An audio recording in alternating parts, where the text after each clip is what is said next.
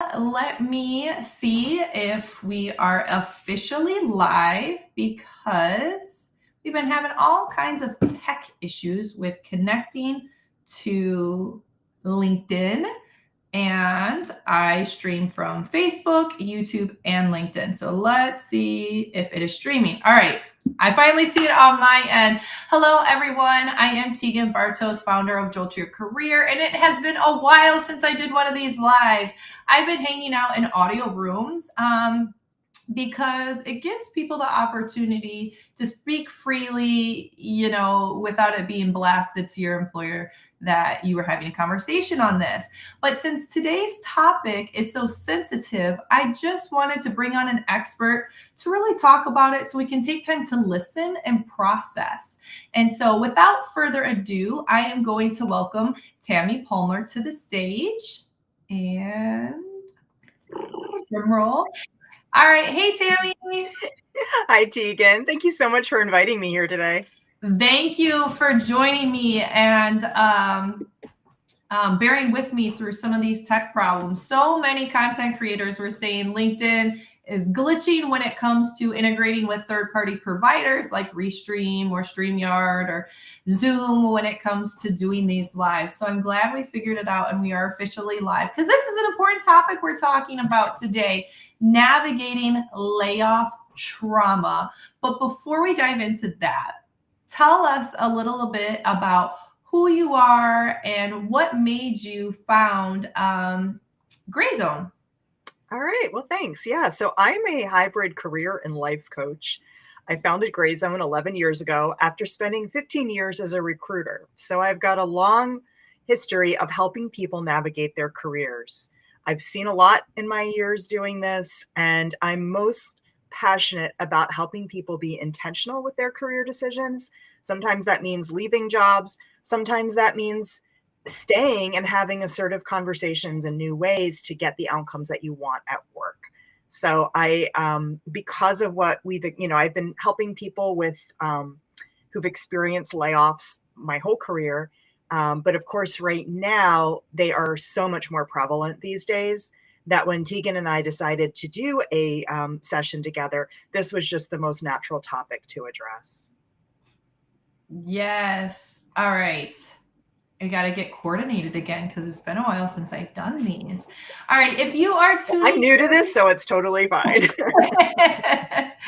If you are tuning in with us today, go ahead and drop where you're tuning in from in the chat. And if you are catching this on replay, go ahead and put hashtag replay. Definitely connect with both Tammy and I. And if you have any questions, feel free to drop it in the chat or send us a DM if you would rather remain confidential. All right. So today, in terms of navigating layoff trauma, we are experiencing layoffs at like a 2008 recession scale. And it's really difficult for people to recognize that they're dealing with trauma. And so how do you define layoff trauma? And what are some of the things that you're seeing that would help someone say, yeah, this is legitimately what I'm dealing with. Like, they don't need to feel gaslit about it. It's okay to have these feelings and to take actionable steps to move forward. Yeah. So I think layoff trauma, there oftentimes when we get laid off, it sends us into a grief process and we're not aware of it. And in coaching, as I'm talking with people, they are holding on to so much anger and questioning of what happened and questioning of their own value. And yet they're supposed to just be happy and go clean up your resume and get out there and start job hunting.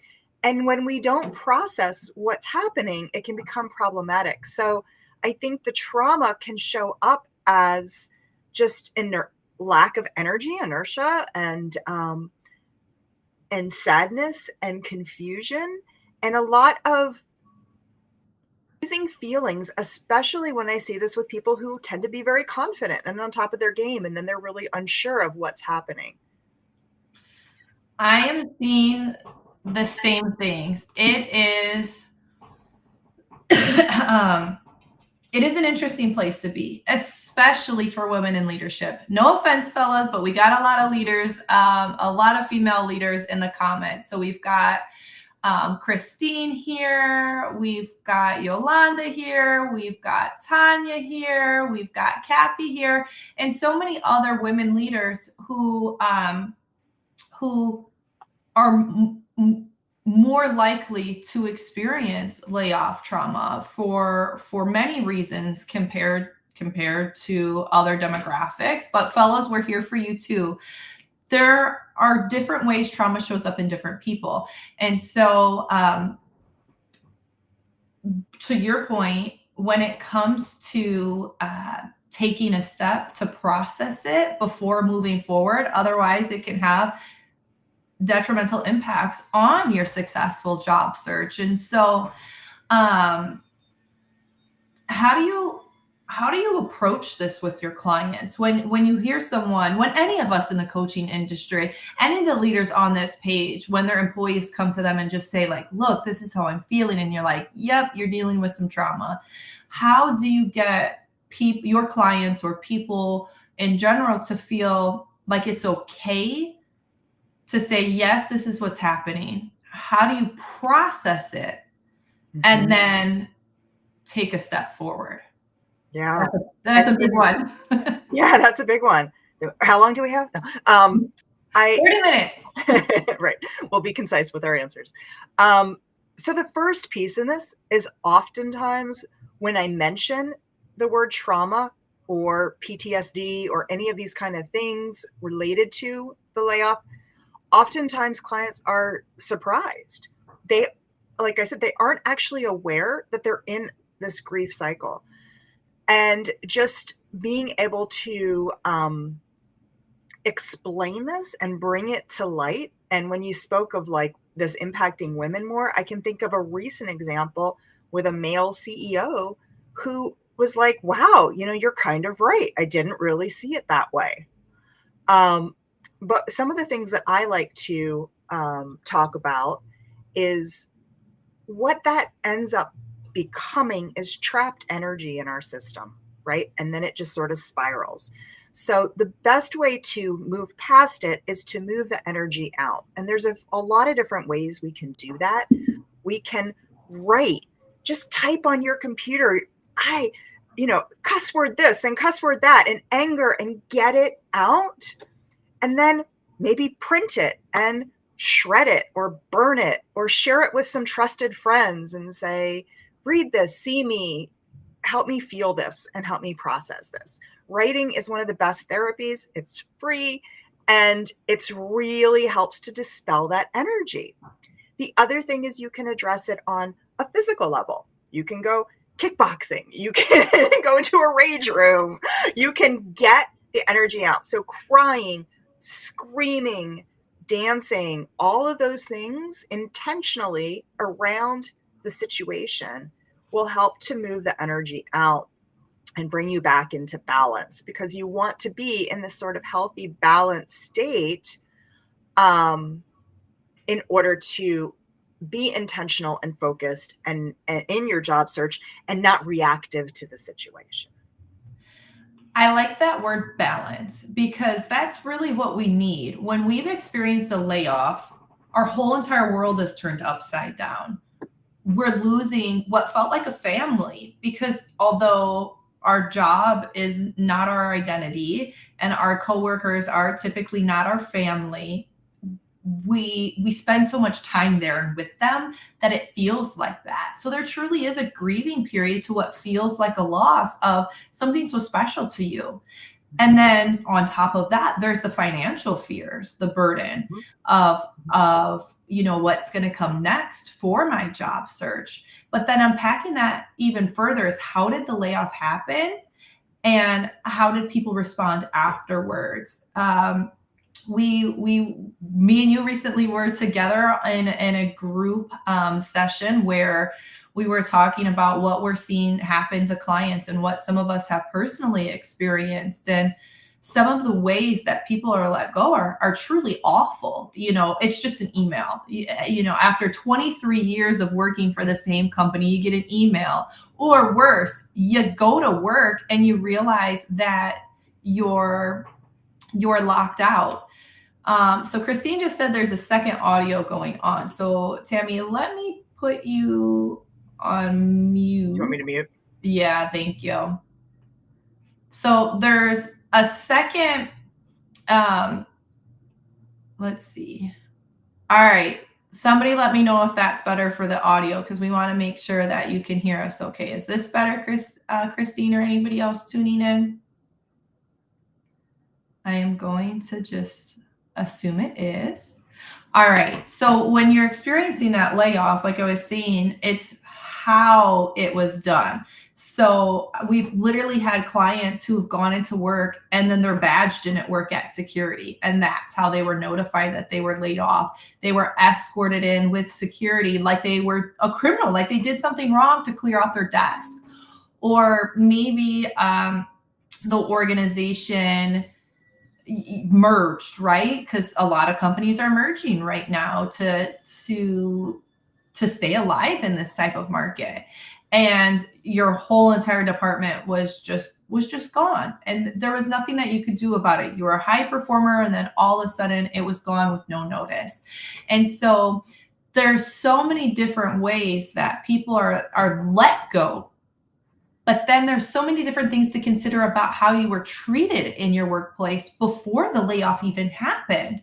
Were you, did you feel close knit, or was it a toxic environment? If it was toxic, great, it might be a blessing in disguise. But if you felt close knit, how did those people follow up with you after? When you just all of a sudden are ghosted by your team, by your leadership, no one's responding to emails, no one sent you a recommendation, no one's giving you referrals, it feels personal, even if that's company policy. And so when you get clients who are processing before they can even function to think about what happens next, when they're processing what has happened, how do you get your clients to believe that this is not their doing, that it's not their fault, that it's not a reflection of their character? Yeah.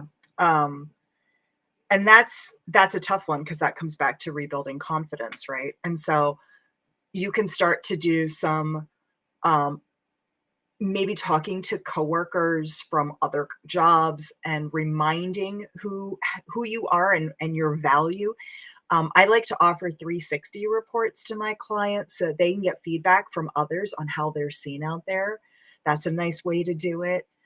When you talked about these sometimes horrible situations of how people are treated as really just numbers and not people, I was laid off once, so I have my own personal story to help inform this as well.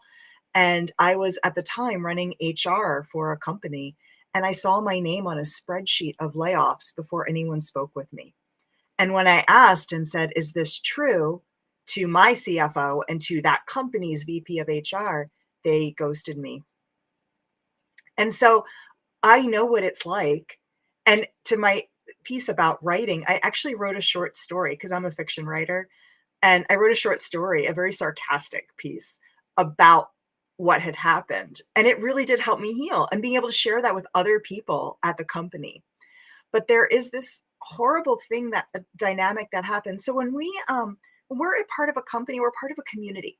And people will stay in jobs that aren't healthy because they have an energetic connection to that community. It is their tribe.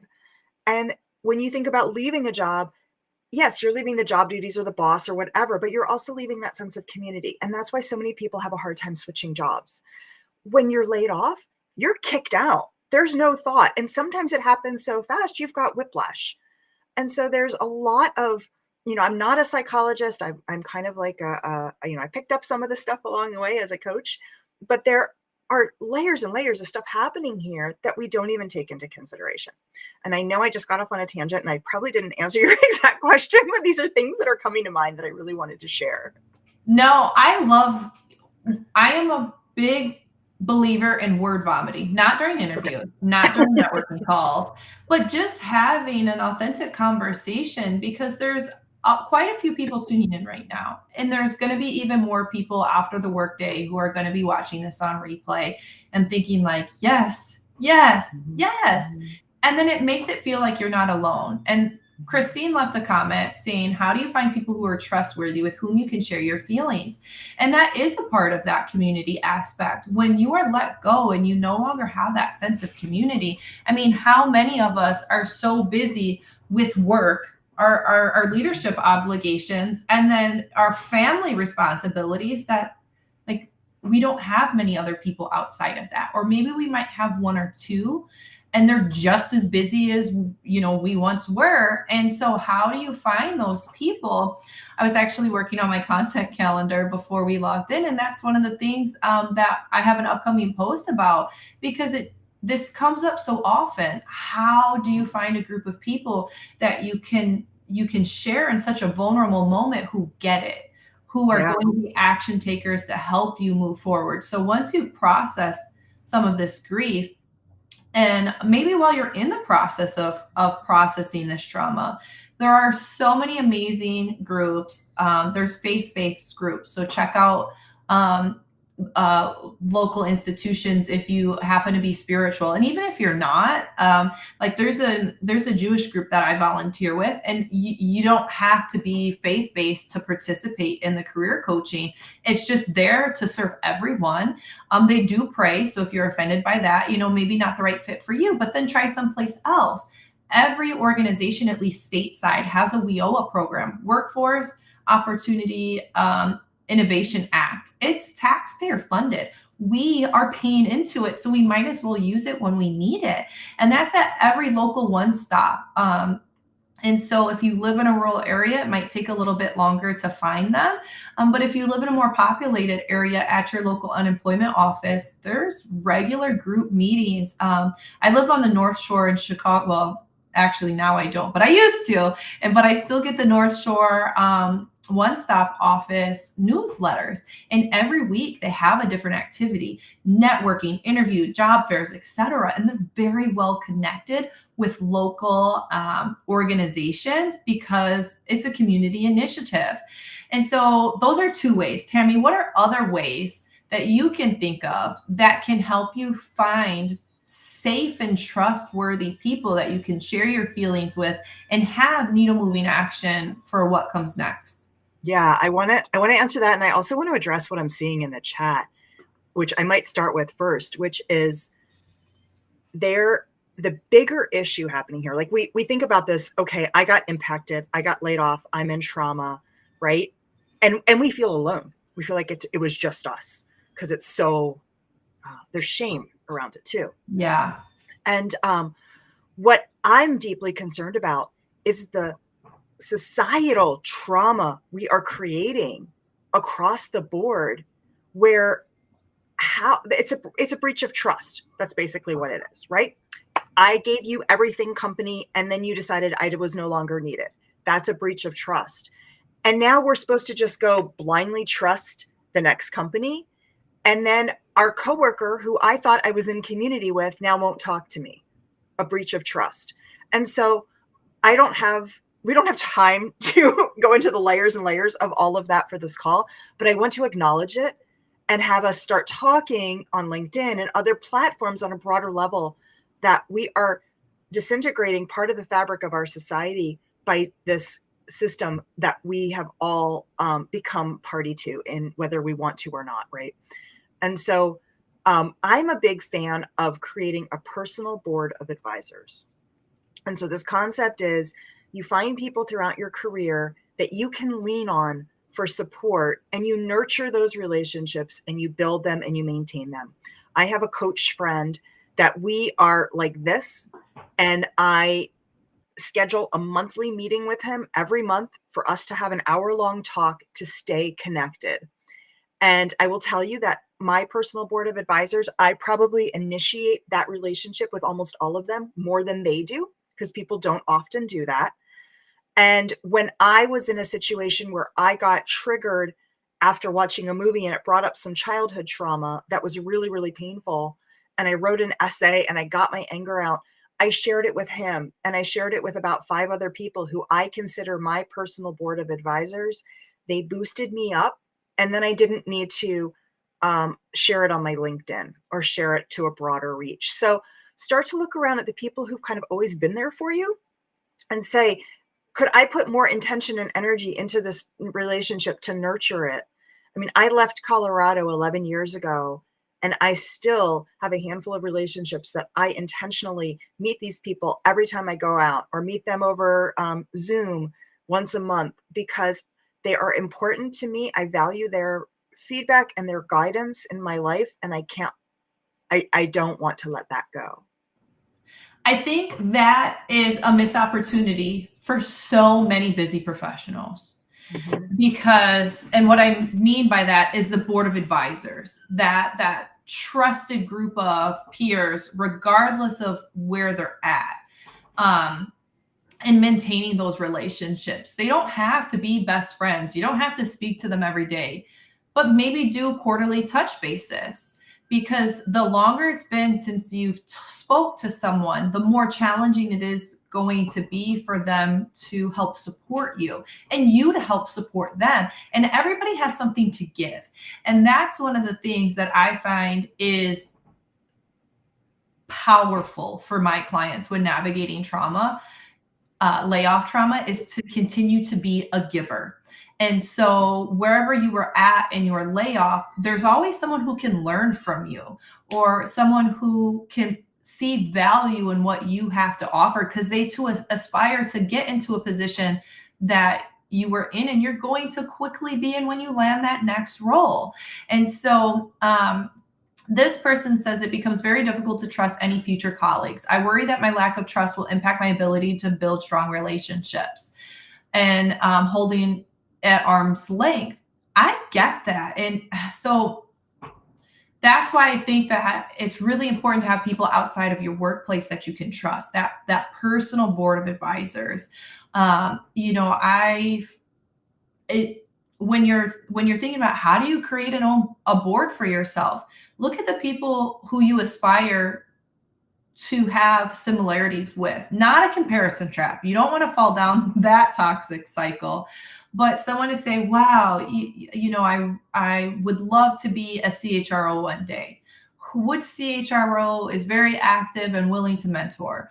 Or who can introduce me to someone? Maybe start joining professional affiliations and meeting friends that way. I know in my coaching practice, I always reach out to a fellow coach named Lauren Greif, and we brainstorm ideas. And next week, I've got a call with a coach named Andrea, and we're going to be chatting about what we're doing in our business, what our personal struggles are that are preventing us from achieving some of those goals.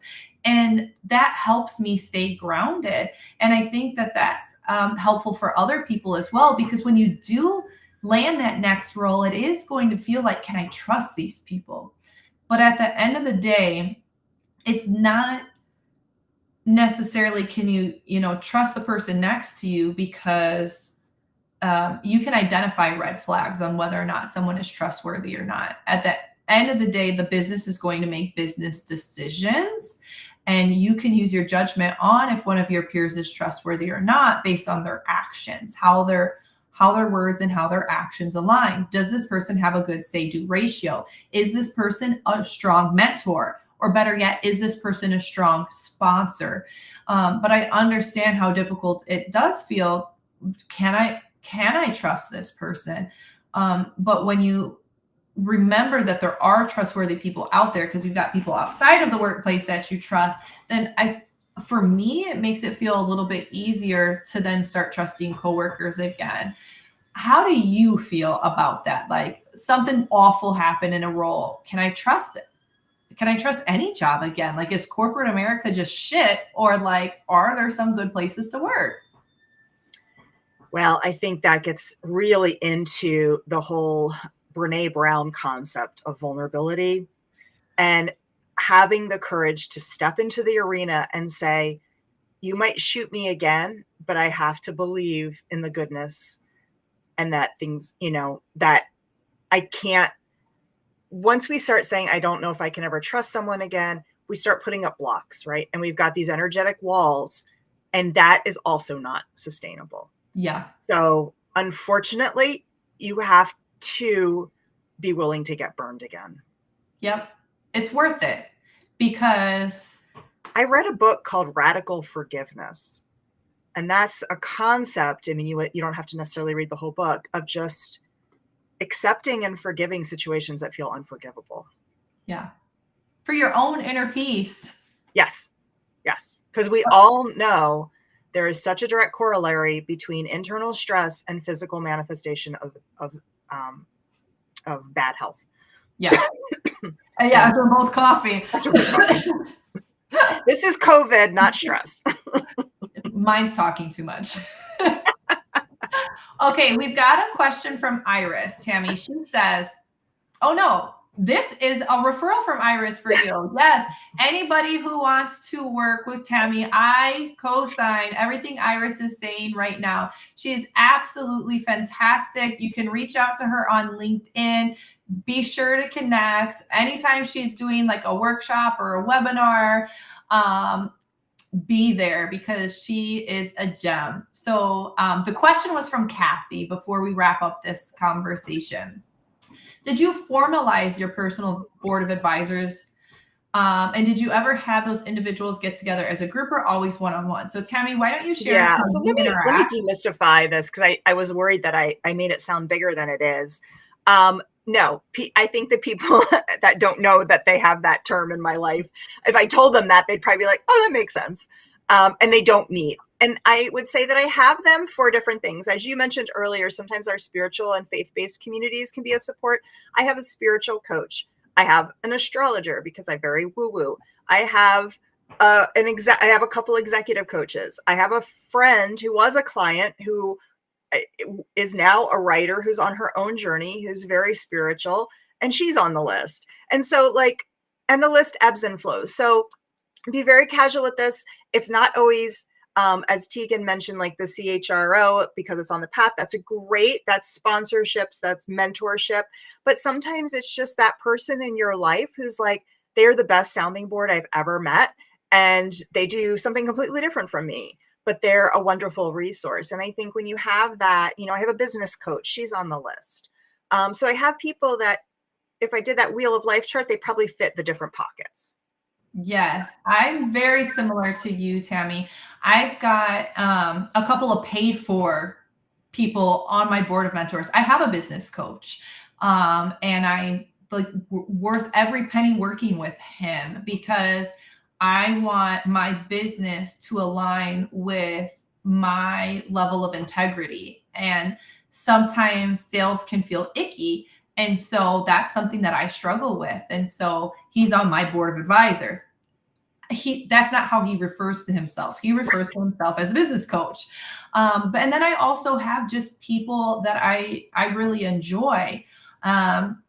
There's a gentleman in the security industry. His name is Ray, and he's very spiritual. And his kids are older than me. And I just love every conversation that I have with him. And it helps me. And, we don't talk about the fact that, he's an executive at a Fortune 50 company. It's all about faith and spirituality and how you can be a value-driven person while making very difficult business decisions. And that mentorship helps me become a better leader, but I don't call him that. If anything, it's like, when we're having get-togethers and things like that, he's the one that's, going to be bringing the mac and cheese or something. And then I also have people who I'm recently working with a copywriter, because it's really hard to read the label when you're inside the jar. And I just wanted to do a brand refresh. For those of you who don't know, I just had my second child 6 years later than my first. And I just feel off. I just feel like my priorities have changed now, juggling two. And so I'm working with her. And one of the things that she did is, hey, who are some people in the industry that inspire you.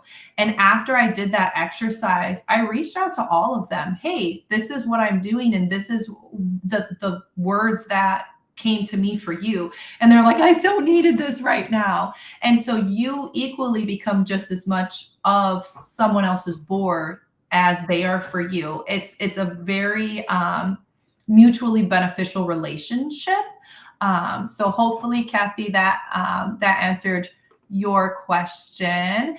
And so, Tammy, I know we're at time, and we're just scratching the surface on this topic, but we got out a lot of really awesome insights, like taking time to process, letting it out, screaming, writing, etc. Finding people that you can trust, resources to take that next step to rebuild your career, having a board of advisors so you don't feel isolated moving forward, being vulnerable so you can allow yourself to trust and move forward with what happened to you. And you said that you weren't a psychiatrist, but sometimes we do need therapy to overcome what we went through, and that's okay too. So I just want to end this session today with what is your final message to people who are currently in the weeds dealing with trauma, and then how can they reach out to you to get the support that they need? Okay. Well, I think the first thing is to acknowledge that it's happening and to be patient and kind and loving with yourself and allow a lot of grace, that you can't just get over it and move on. There are practical steps to start to rebuild your career and to start focusing on that job search. But sometimes we have to release this energy and this stuckness in order to be able to make the most of our search, to maximize how we activate our network and all the things we do for our job search. So I think bringing awareness, we could easily have spoken for 2 hours and probably still scratch the surface on this topic. But these are the kind of things, trauma is, it's shame, it's hard, it's stuff we don't want to talk about, right? It's the stuff we don't want to acknowledge. We're Americans. Pull your bootstraps up, get to work, don't move, move on, all that kind of stuff. But I think if we can just start having these conversations and know we're not alone, it's a big step. So thank you so much, Tegan, for inviting me in. I would welcome anybody to connect with me on LinkedIn. That's a great place to go. And I put a lot of thought leadership stuff out on my feed. So you can follow me and see what I'm about and stay connected that way. And definitely DM me if you've got any follow-up questions that we weren't able to address today. Yes, and I'm sure there is going to be plenty, because 30 minutes does not give us enough time to unpack all of this. Final note for me, be kind to yourself. Give yourself grace during such an awful experience, and get help. You do not have to do this alone. And so on that note, our DMs are open if you'd like any further support, or and we will see you next time. Thank you.